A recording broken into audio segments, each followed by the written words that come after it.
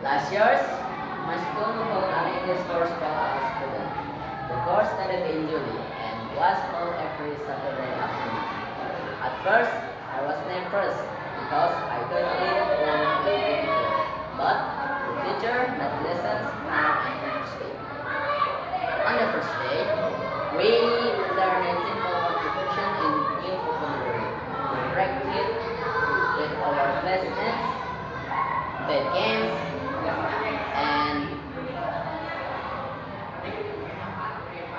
even some English songs.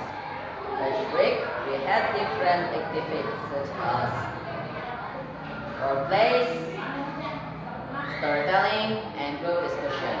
The most memorable moment was when teacher organized a small English speak contest.